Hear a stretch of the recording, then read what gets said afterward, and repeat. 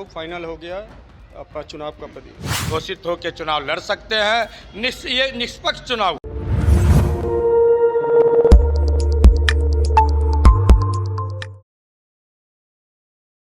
नमस्कार, सत श्री अकाल। आप देख रहे हैं SSI2। मैं देवेंद्र सिंह लड्डू। इस वक्त मैं सिखों के 10वें गुरु गोविंद सिंह महाराज की जन्मस्थली में। इस वक्त देखिएगा तो तमाम मजहब के तमाम सिख संगत लोग आ रहे हैं, गुरु जी से आशीष ले रहे हैं। और यहाँ का दृश्य देखिएगा तो अलग अलग नज़ारा रूप से है। आज सेवादार कल्याण समिति का एक अहम बैठक हुई है। इस बैठक में उन मुद्दों पर चर्चा हुई है जो पिछले 3 वर्षों बाद एक बार फिर से चुनाव सरगर्मी लग गई है। जब देखा जाता है तो बिहार में चुनाव का दौर समाप्त हुआ है, लेकिन तख्त साहब से जो जुड़ी हुई जो चीज़ें हैं वो अब सामने आ रही है। सेवादार कल्याण समिति की इस बैठक के बाद निर्णय लिया गया है कि इनकी चुनाव 3 वर्षों पे होती है और तख्त साहब में ये लोग कार्यरत हैं। लगभग 500 की संख्या है सेवादार भाइयों का और काफ़ी सरगर्मी, काफ़ी उत्साहित रूप से लोग अपना वोट का, अपना मत का प्रयोग अधिकार है इनका। क्या कुछ कह रहे हैं सेवादार समाज कल्याण समिति की इस बैठक के बाद, क्या निर्णय लिया गया, हम उनके बात के चलते हैं। सेवादार समाज कल्याण समिति का एक अहम बैठक हुई है चुनाव के मुद्दे पर। क्या क्या निर्णय लिया गया है, कब चुनाव है, ये बताएं। आज हमारे सेवादार कल्याण समिति का 3 साल से ऊपर टाइम पूरी गया। जो बैठक आज थी, सेवादार कल्याण समिति सब सेवादार बैठे थे यहाँ चुनाव की प्रक्रिया है। जो चुनाव अधिकारी है वो दीपक सिंह को फिर चुना गया है और एक है बंटी सिंह, तो और जसवंत सिंह खालसा है और मिथिलेश सिंह है। जो चुनाव आपको 8 तारीख को चुनाव होगा, 5 तारीख को नॉमिनेशन भरा जाएगा और 8 तारीख को चुनाव होगा, जिसमें 2 दिन मंडे पड़ता है। इसलिए आज बैठक में फाइनल हो गया है और दीपक सिंह पदाधिकारी मेन है, जो चुनाव अधिकारी हैं। वोटर लिस्ट बन रही है, वो फाइनल हो गया आपका चुनाव का प्रतीक।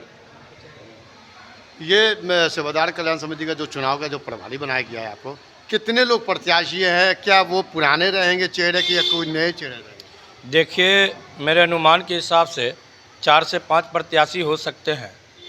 वो 5 तारीख को ही पता चलेगा कितने प्रत्याशी होंगे। और बाकी मुझे जो सेवा दी गई है चुनाव प्रभारी का, जो कि 6 साल से लगातार कर रहा हूँ, इस बार भी मुझे ये सेवा मिली है।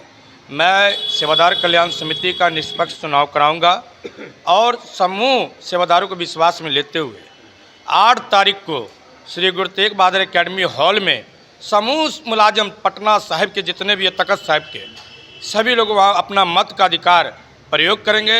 और मैं जितने भी सेवादार कल्याण समिति के जितने भी सेवादार भाई हैं, ग्रंथी सिंह है, रागी सिंह है, ऑफिस स्टाफ है, सभी से मैं बेनती करना चाहता हूँ, यदि आपके अंदर भी दिलासा है तो 5 तारीख के डेट में आप प्रत्याशी घोषित होकर चुनाव लड़ सकते हैं। ये निष्पक्ष चुनाव है। मैंने साफ कह दिया, जितने भी पदाधिकारी चुनाए हैं वो कोई प्रचार में नहीं जाएंगे। एक चुनाव निष्पक्ष चुनाव कराया जाएगा। जो एक आपने पिछले बार भी 3 साल पहले इंटरव्यू लिया था, उसमें भी निष्पक्ष हुआ था, इस बार भी निष्पक्ष होगा।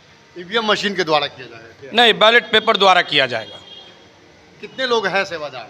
करीबन 450 वो अपना मत का प्रयोग करेंगे। सेवादार समाज कल्याण समिति का एक अहम बैठक के बाद निर्णय लिया गया है कि 8 दिसंबर को पटना साहिब बाड़े के गली गुरु तेग बहादुर एकेडमी में पूरे जितने सेवादार हैं उनके लिए कि खास करके उस दिन काफ़ी महत्वपूर्ण माना जाएगा, क्योंकि ये 3 साल का चुनाव होता है।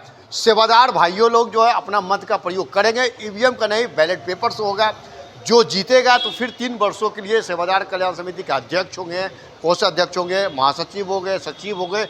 इतने मुद्दों पर चर्चा, और क्योंकि सेवादार भाइयों का इस तख्त साहिब में एक अहम हिस्सा है, अहम रोल है। तमाम तरह की जो कार्यशैली जो होती है तख्त साहिब से इन सेवादार भाइयों की वजह से होती है। SSI2 आप देखते रहिए। वाहेगुरु जी का खालसा, वाहेगुरु जी की फतेह।